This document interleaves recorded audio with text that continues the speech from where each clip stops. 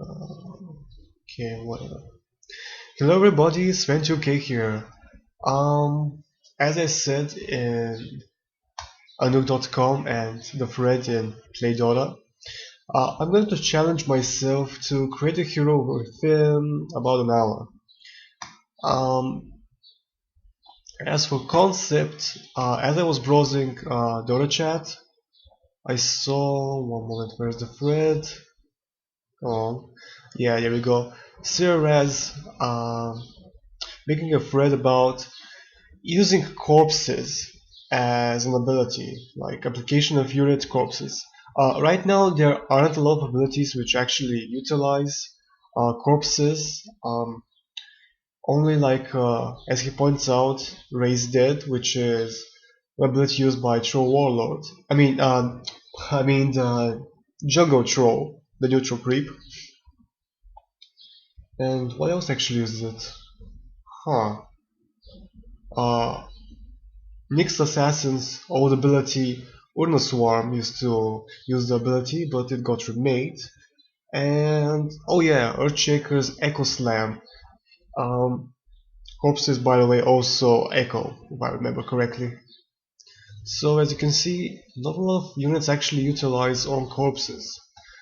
So let's make a hero based on corpses. Why not? Uh, As a general rule of every hero suggestion you make, you never force your hero on a certain concept, meaning that, okay, I'm going to make like a hero based on corpses, like his abilities are related to corpses and stuff. You should never base it completely on that. Reason being because if every single one of your ability is, let's say, based on the number of corpses around you, corpses available, it may be a bit hard to actually balance him out. It may actually be rather stale and generic in the end. So, let's see. Template. Oh shit. Oh shit, oh shit. Template. Yeah, they still haven't fixed the search. Okay, that's actually the one I was looking for. I'm going to use Serbia's template simply because I'm used to it. Quite a generic and nice template. So, whoop.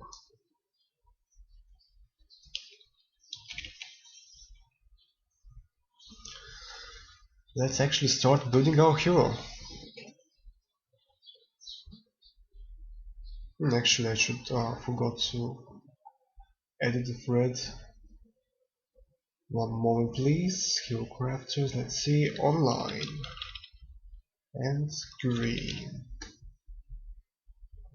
A lot of people are usually quite shocked, like not shocked but overwhelmed by templates. They're like, oh my god, how do I use this? But it actually isn't all that hard. Let me just write the title. Actually no, it's not all that hard. Okay, I'm going to post this. Like in this template, usually the things which you must edit are kind of pointed out. Also, if you actually know what the code is, uh, it's quite easy to know where to actually edit your things. Like for example, here you have name. Obviously, you put your hero's name there. Title, his title. His hero icon, base strength growth. So I just have to look around. For example, here's the effect and AoE and stuff. Actually, no, my bad. There you go. The description of the ability, skill icon, type of ability. Don't edit these things. I mean, from here to here for the ability. That's the code. That's for your table here. So anyway, let's see title. How should I name him? Meh, something generic and dumb. Gosby. I don't know. For description. Description. Screwing around. Okay. Zombie slapper. Okay. Ghostbit the zombie slapper. Now, I'm going to actually edit the stats. Base damage, armor, movement speed, attack range, and every single icon last. Uh, People actually seem to forget that usually, like, what people do is they give the hero some base stats and sometimes immediately start thinking, oh my god, how do I actually balance my hero so it will be also good with the stats I gave him. So in order to avoid that, don't give him initial stats. Like, balance out your abilities. After that, give him some base stats, uh, and choose, of course, the primary attribute. With that, you have like you already have some like from your main stat, you already have some base damage. From agility, you have your attack speed, intelligence, base mana, so you can more properly know what stats to actually give him. For example, his base damage, armor, and attack range, and stuff like that. For example, good initial damage allows you obviously to last hit better. Armor allows you to be a lot more defensive. Aggressive is actually aggressive because you can dive in and absorb a lot of damage.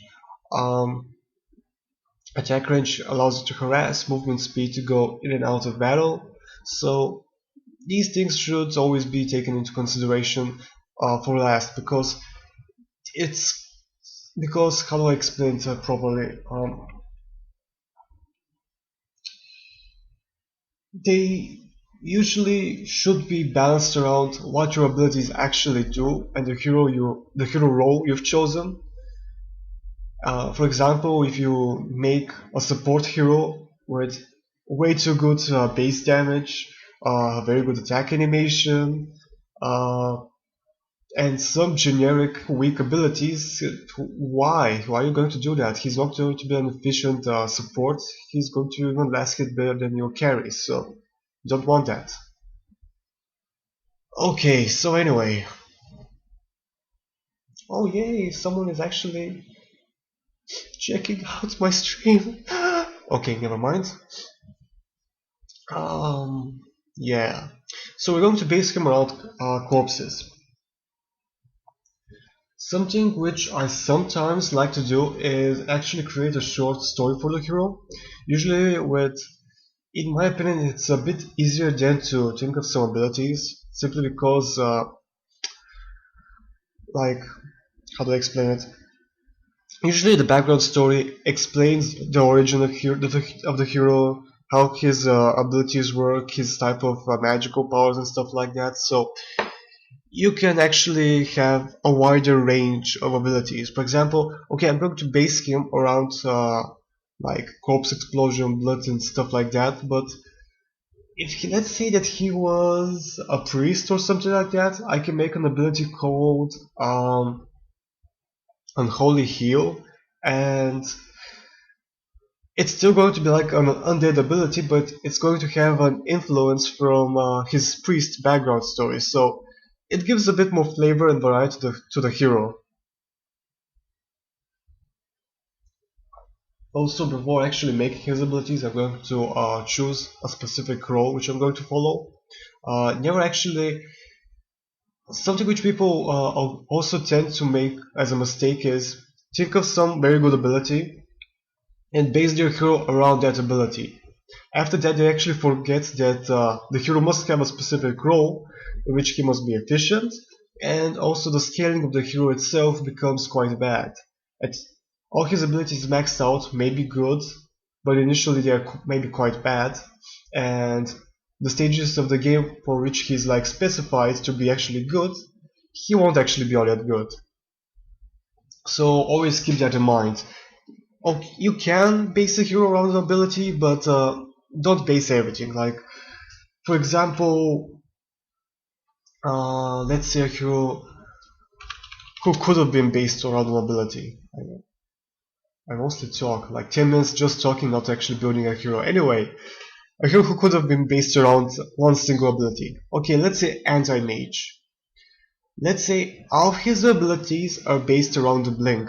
That means that he will deal AoE damage around him. Like let's say for his first ability deals AoE damage. His third ability is an aura which slows enemies around him, and his ultimate, let's say, what does it do?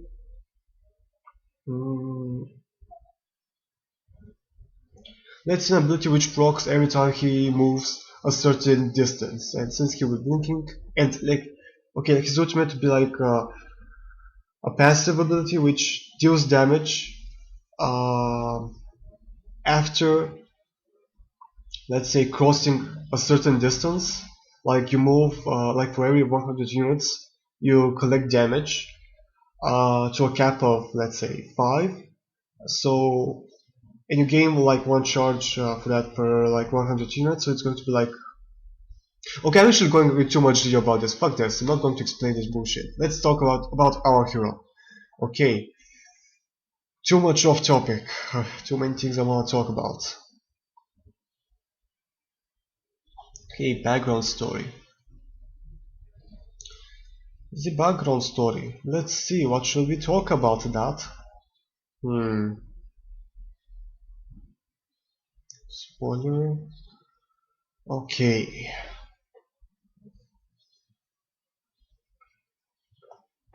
Well, I'm actually going to try to think up something serious.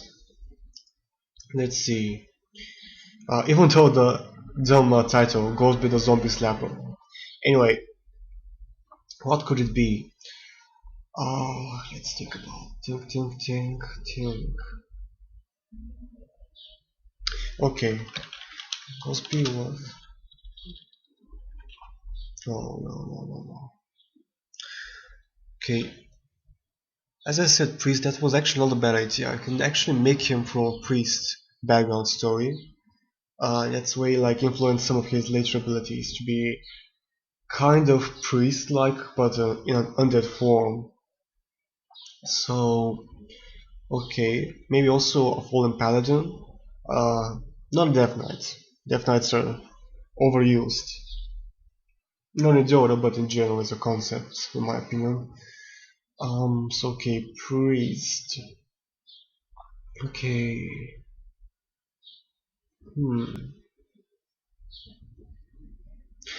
Okay, Goldsby was a priest who went to war, got smacked and killed by a necromancer who cursed his body with his last. Oh, 1 second.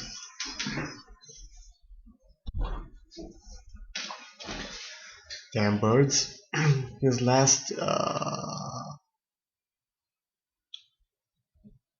How do I say this?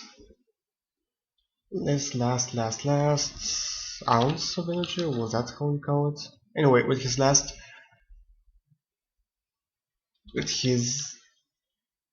leftover energy, that's stupid, he managed to survive the necro's abilities, but his body decayed.